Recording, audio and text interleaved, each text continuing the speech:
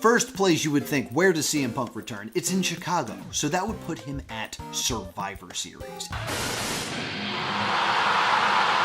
What would benefit the WWE most is if they brought CM Punk in and he talked about how he was mistreated by AEW. And now he is finally home. I'm home. Pretty on the nose so far.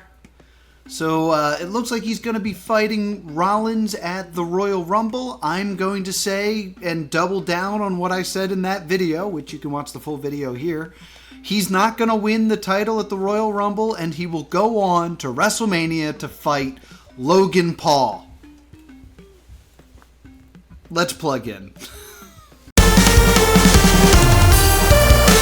Sunday, December 17th at the beautiful State Theater in Havre de Grace, Maryland. It is CZW Limelight 23. There you will see, fresh off his victory at the Battleship, Brando Lee faces off against the Masquerade as he goes one-on-one with Richard Adonis. Also, looking to get back on to winning ways, the missing ingredient, Chris Bishop, goes one-on-one with Miles Hawkins. Plus, we will see the CZW return of Peter Avalon. It's going to be a fantastic time at Limelight, the final CZW event of 2023. So join us for Limelight 23, December 17th. Doors open at 3 o'clock. The bell rings at 4 o'clock. And tickets are available at czwrestling.com.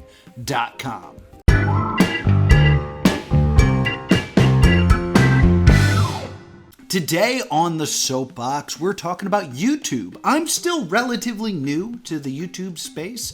I've been doing Plus 2 Wrestling for a little more than a year now. Wow, does time fly? And I really appreciate everyone who watches and the comments that I get. And one comment that really stuck out in my mind is someone said that they really enjoy the channel because there's not enough coverage of independent wrestling. There should be more independent wrestling on YouTube. There's plenty of channels that cover mainstream wrestling, but there's not enough independent wrestling chat. And I was kind of filling that hole for them. And I was surprised because there's a lot of great independent wrestling YouTube channels out there.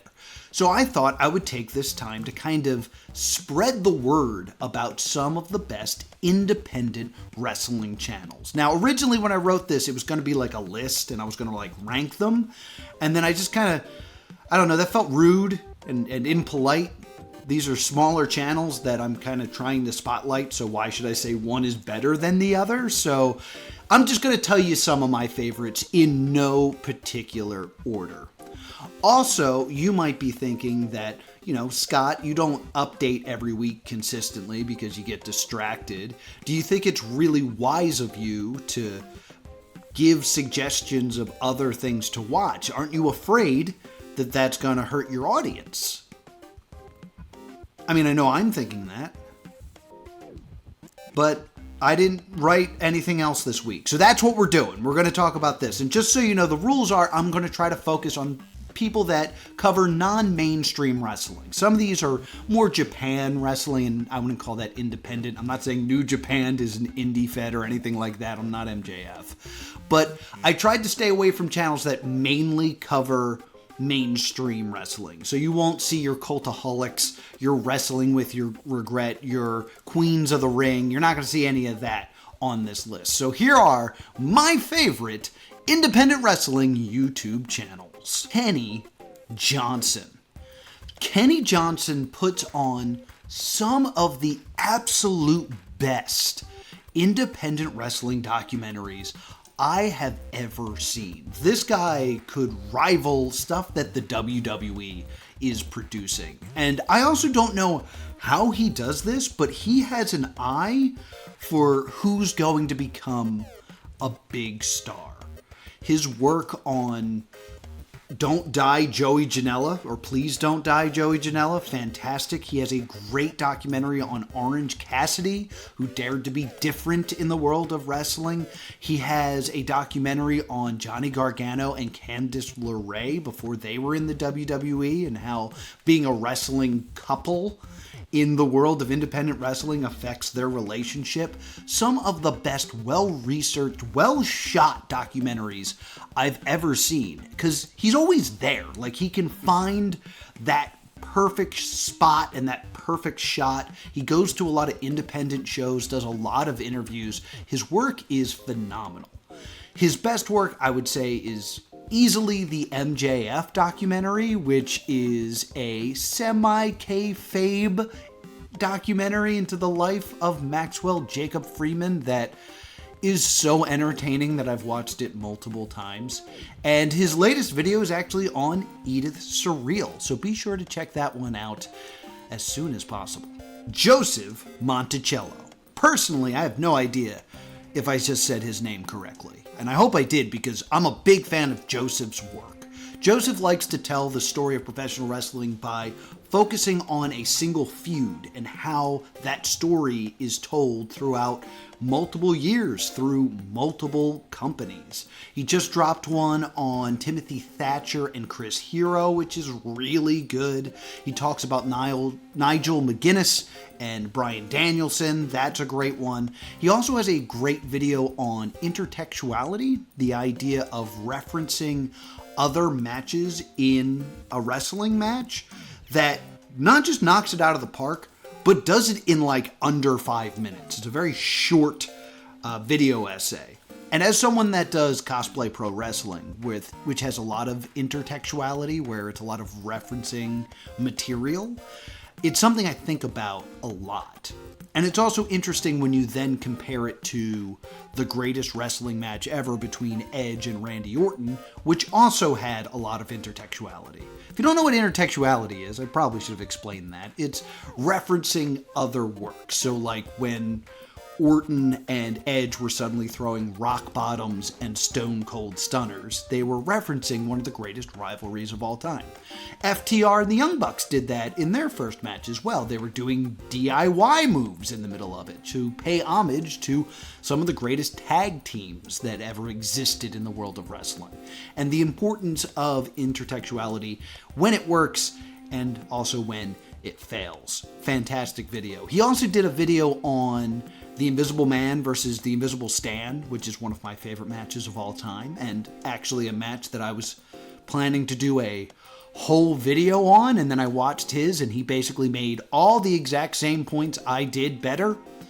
So screw you, Joseph! I'm a big fan. Muscle Man Malcolm. Muscle Man Malcolm lands some of the best independent wrestling stars for interviews. He's an interview YouTube channel. There's some other stuff. If you go back deeper into his work, he has some other things where he's kind of analyzing independent wrestling and what's going on and what's hot today in independent wrestling. But he's a fantastic interviewer. He interviewed a lot of people that I've worked with, to the point that I'm pretty sure he's local, and I don't know how I've never met Muscle Man Malcolm. So where are you at, Muscle Man Malcolm? I know you're around here, but I like your stuff. Killian McMurphy.